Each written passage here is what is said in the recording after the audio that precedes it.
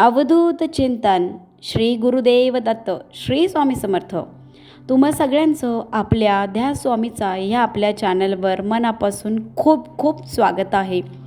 15 April 2026 रोजी श्री स्वामी समर्थ महाराजांची पुण्यतिथी आहे.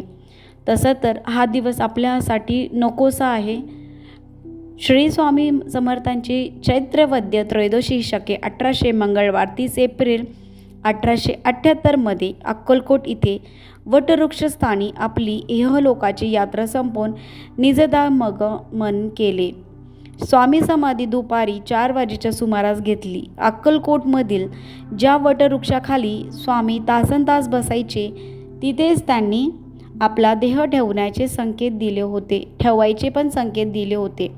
स्वामींनी जाताना आपल्या भक्तांना धीर देताना सांगितले होते, भिऊ नकोस, मी तुझ्या पाठीशी आहे आणि आम्ही गेलो असे मानू नका, आम्ही जिवंतच आहोत. स्वामींच्या पुण्यतिथीला भक्त मोठ्या संख्येने पूजा, स्मरण आणि नामस्मरण करतात आणि पारायणसुद्धा करतात. या दिवशी भक्त स्वामींचे उपकार, चमत्कार आणि याची शिकवणी लक्षात ठेवतात. भिऊ नकोस, मी तुझ्या पाठीशी आहे, हा त्यांचा दिलासा देणारा संदेश आजही भक्तांना प्रेरणा देतो. अक्कलकोट येथे मोठी यात्रा, पालखी सोहळा आणि भजन कीर्तनाचे कार्यक्रम होतात. या दिवशी भक्त स्वामींचे नामस्मरण करतात, स्वामी चरित्र सारामृत वाचतात, अन्नदान करतात आणि सेवाभावाने दिवस घालवतात. आणि या दिवशी प्रत्येक स्वामी भक्त स्वामींचं नामस्मरण करण्यात जास्तीत जास्त वेळ घालवतो. तर तुम्ही आजच्या दिवशी काय कराल, तर तुम्ही स्वामी चरित्र सारामृताचे पारायण करू शकतात. फक्त मनोभावे सेवा करा. महाराजांना तुमच्याकडून काहीही नको. तुम्ही शुद्ध भावनेने महाराजांचं पारायण करा. तर तुम्हाला करताना कशी सेवा करायची आहे, पारायण कसं करायचं आहे, त्यासाठी हा व्हिडिओ तुम्ही एंडपर्यंत नक्की बघा. आणि चॅनलला नवीन असाल तर चॅनलला सबस्क्राईब करायला अजिबात विसरू नका. आणि चला तर मग व्हिडिओला सुरुवात करूया. स्वामी समर्थांच्या पुण्यतिथीनिमित्त तुम्ही स्वामी चरित्र सारामृताचे संकल्पयुक्त पारायण करण्याचा विचार केला आहे. ही अत्यंत आनंदाची आणि भक्तिपूर्ण गोष्ट आहे.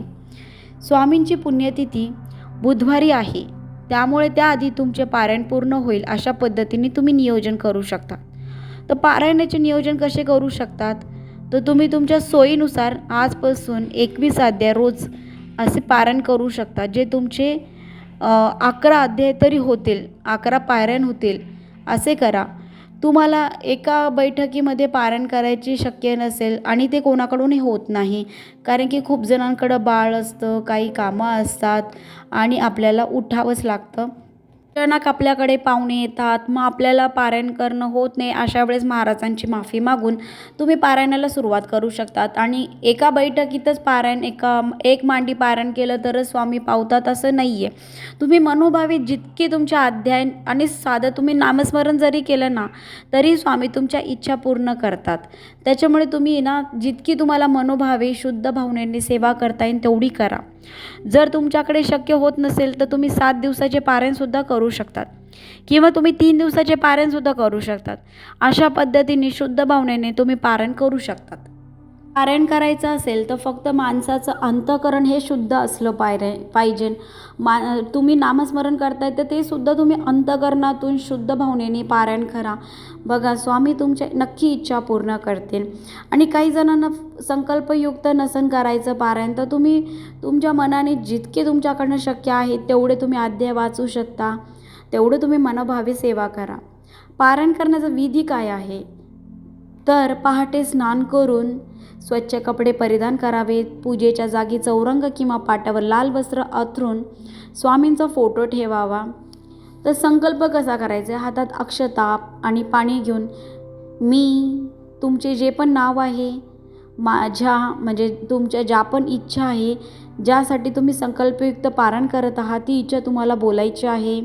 त्यासाठी मी आजपासून एवढ्या पारायणाला सुरुवात करत आहे, म्हणजे मी 11 पारायणाला सुरुवात करत आहे आणि ते निर्विघ्नपणे पूर्ण होऊ द्या असा संकल्प करून पाणी ताटामध्ये सोडायचं आहे. आता पूजा कशी करायची आहे. स्वामींच्या फोटोला गंध, अक्षता, फुले अर्पण करावी, दिवा आणि अगरबत्ती लावावीत. आणि रोज लक्षात राहू द्या, याचा नियम हा आहे की रोज आहे ना ठराविक वेळेत शांत चित्ताने अध्याय वाचावेत. वाचन करताना स्वामींचे स्मरण मनात असू द्या. वाचन पूर्ण झाल्यावर स्वामींची आरती करावी आणि नैवेद्य दाखवावा. नैवेद्य तुम्हाला जो सहज शक्य असेल तो तुम्ही ठेवा. साधं साखर, गूळ, खोबरे किंवा दूध दाखवलं तरी चालतं.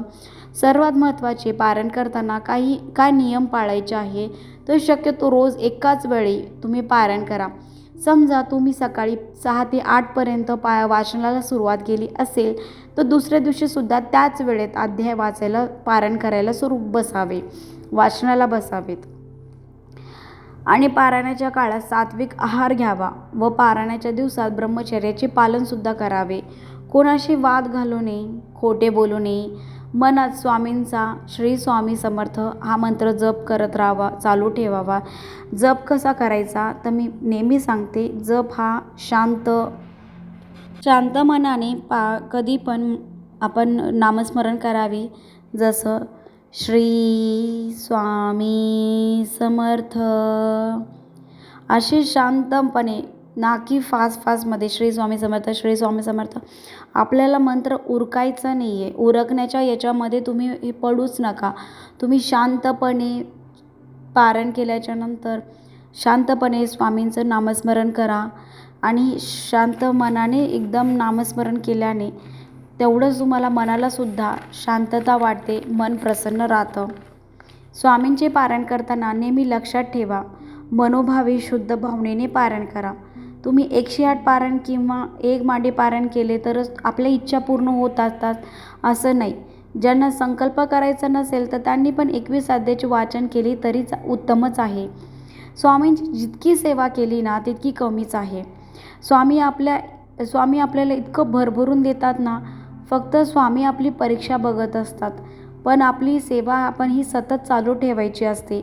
आपण नेहमी स्वामींच्या सेवा चालूच ठेवायच्या आणि प्रत्येकाला मदत करत राहायची. ज्यांना सेवेमध्ये यायचे त्यांना मार्गदर्शन करायचं आणि बाकी ते त्यांच्या याच्यानुसार. पण तुम्ही त्यांना जर इच्छा असेल ना तर तुम्ही त्यांना सहकार्य करू शकतात. त्यांना कसं सेवा करायची ते सुद्धा सांगू शकता जर तुम्हाला माहिती असेल तर. आणि हे सगळं तुम्ही महाराज बघत असतात. त्याच्यामुळे हे तुम्ही तुमच्या मनोभावे, मनात कोणत्याच प्रकारचा द्वेष न ठेवता छान नामस्मरण करा. सगळ्या इच्छा महाराज तुमच्या नक्की पूर्ण करतील. तर झालेली सेवा ही महाराजांच्या चरणी रुजू करते आणि व्हिडिओ इथे संपवते. श्री स्वामी समर्थ.